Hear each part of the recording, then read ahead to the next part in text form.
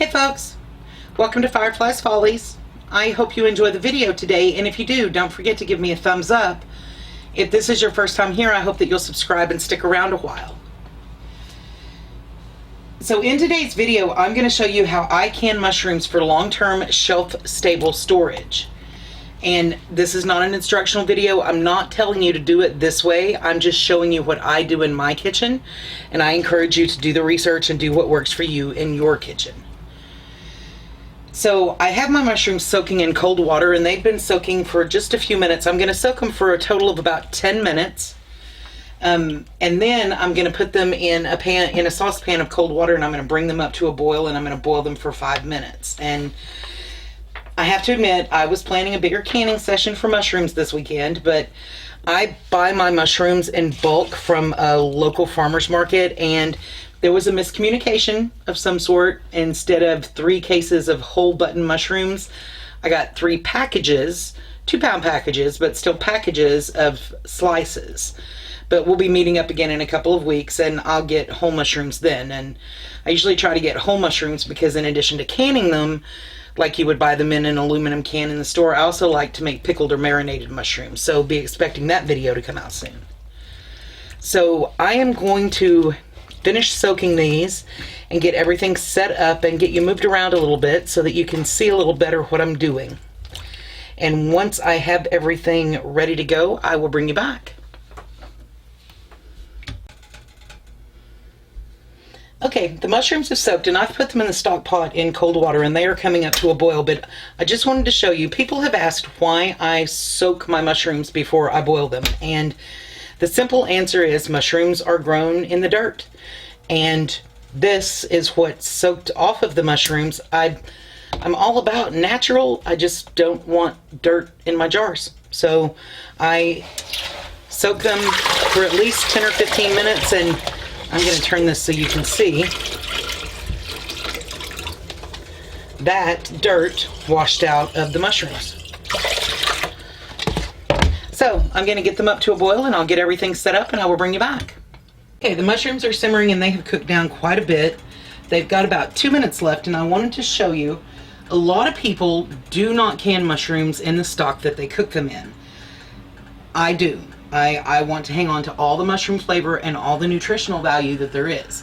However, I wanted to show you what I have set up. So once I get the jars filled with the hot mushrooms, I have just a sieve that I'm going to put over top of this pitcher, and I have it lined with just a damp, unbleached muslin cloth. So I'm going to strain the broth through this, and then the funnel that I use to fill the jars, I will put this little mesh strainer in, and I will put a piece of damp muslin in it, and I will strain it a second time as it goes into the jars.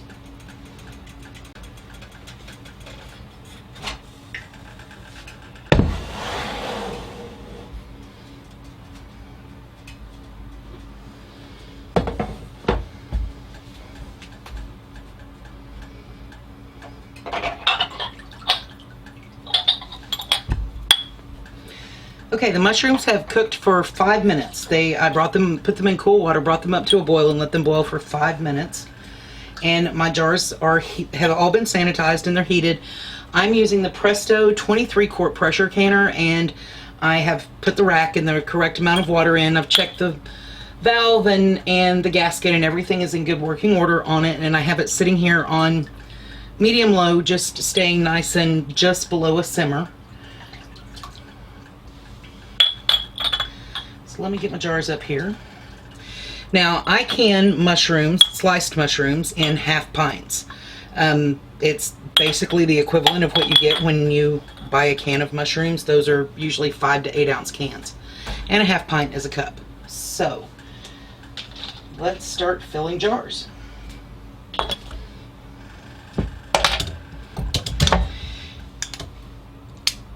I find for mushrooms and that sort of thing, a spider strainer works really, really well. Now, you want to fill these to about 1-inch headspace, and these are hot, so you want to be careful. And I work on a towel because I am notorious for making a mess.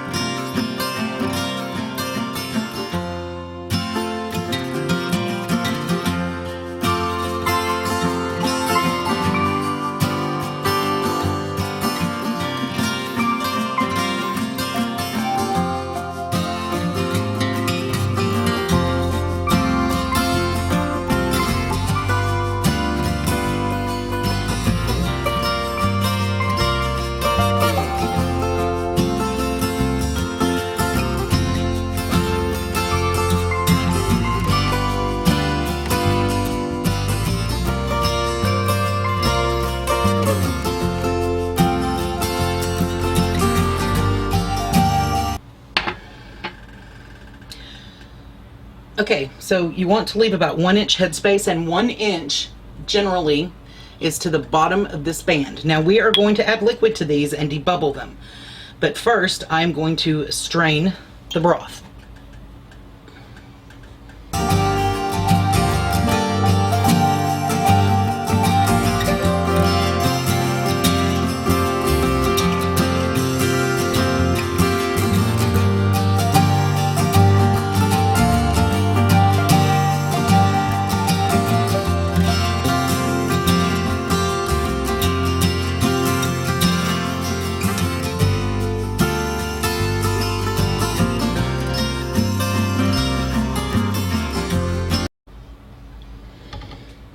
Okay, I've strained enough to fill up my jars, and as you can see, there is even some grit left after straining through muslin. So we will strain them a second time as we put it into the jars. And again, you want to leave a 1 inch headspace, so we are going to fill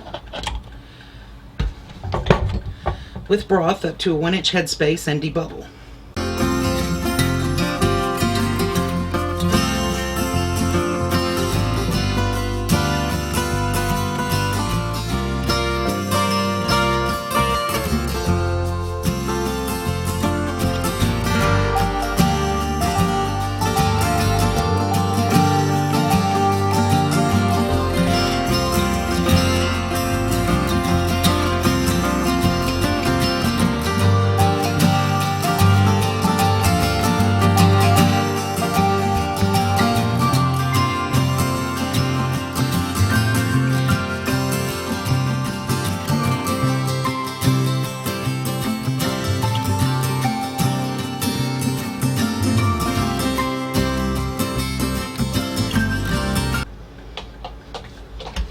Okay, so I use a debubbler spatula. I'm just going to get in there and stir everything around, make sure I get all of the air bubbles out.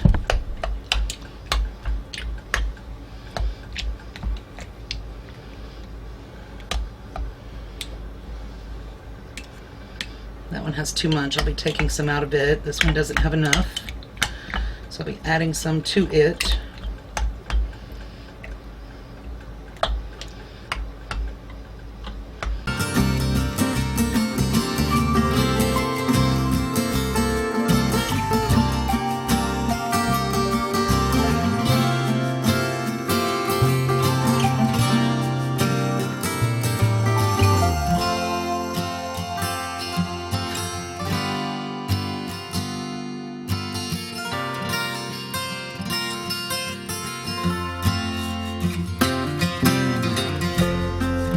Okay, as you saw, I filtered my broth twice through muslin. I have filled all of my jars up to a 1 inch headspace, and now one of the most important parts. You always work clean. You clean your area, you sanitize your jars. After you fill your jars, one of the most important parts, in my opinion, is to clean the tops of your jars. Now, I have a small bowl of vinegar and a paper towel. I keep a stack of paper towels handy, and I just tear them into little bitty pieces. And you want to dip that in vinegar,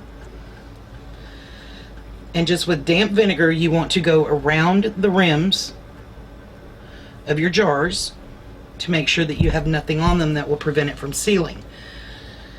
Now, this serves two purposes. When you wash your jars, you should always check the rims to make sure there are no nicks or bumps or any imperfections that might keep you from getting a seal. But this gives you a second opportunity to go around those rims, because you can feel them through the rag or the paper towel or whatever you're using.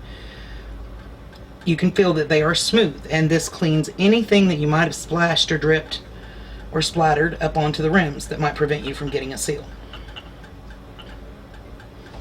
I'm pressure canning today, so I do not simmer my lids. If I were water bath canning, I would simmer my lids, but it is no longer considered necessary to heat your lids before canning when you are pressure canning. So I'm going to put my lids on, and then I will put my rings on fingertip tight, and I will get them into the canner.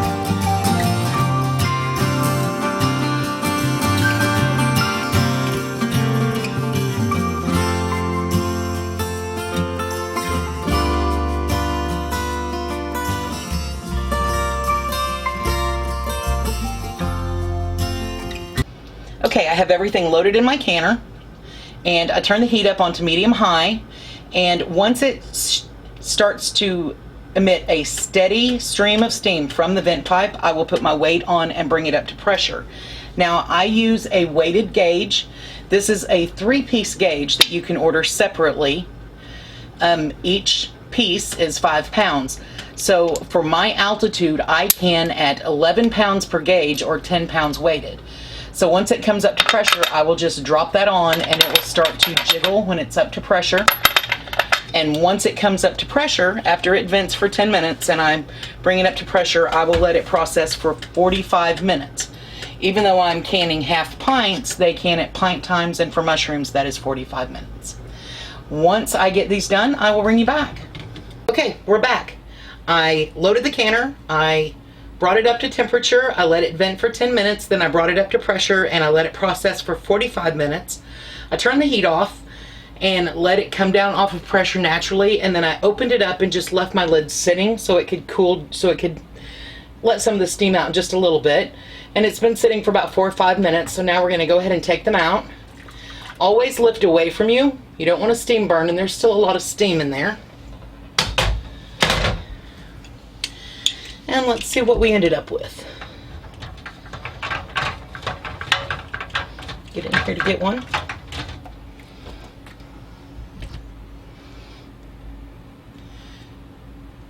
Those are absolutely beautiful.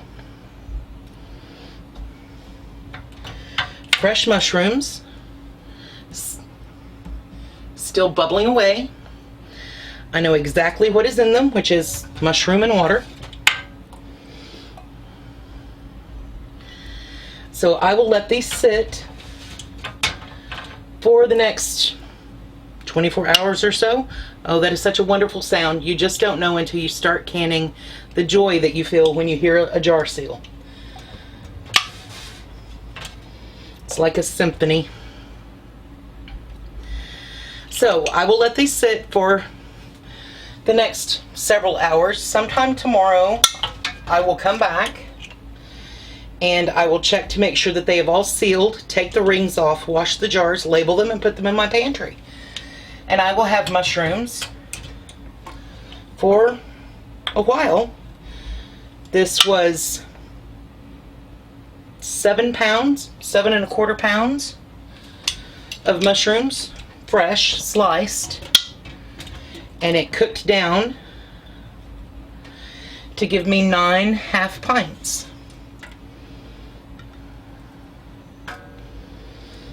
Let me see if I can bring you down and show you. They are absolutely gorgeous. And I know exactly what's in them. Mushrooms and water. I hope that you enjoyed the video today. If you did, please don't forget to give me a thumbs up. It really does help out my channel a lot. If you haven't subscribed, I hope that you'll subscribe and stick around a while. And if you hit the bell, they'll notify you when I upload a new video. Thank you so much for watching today. Have a great day.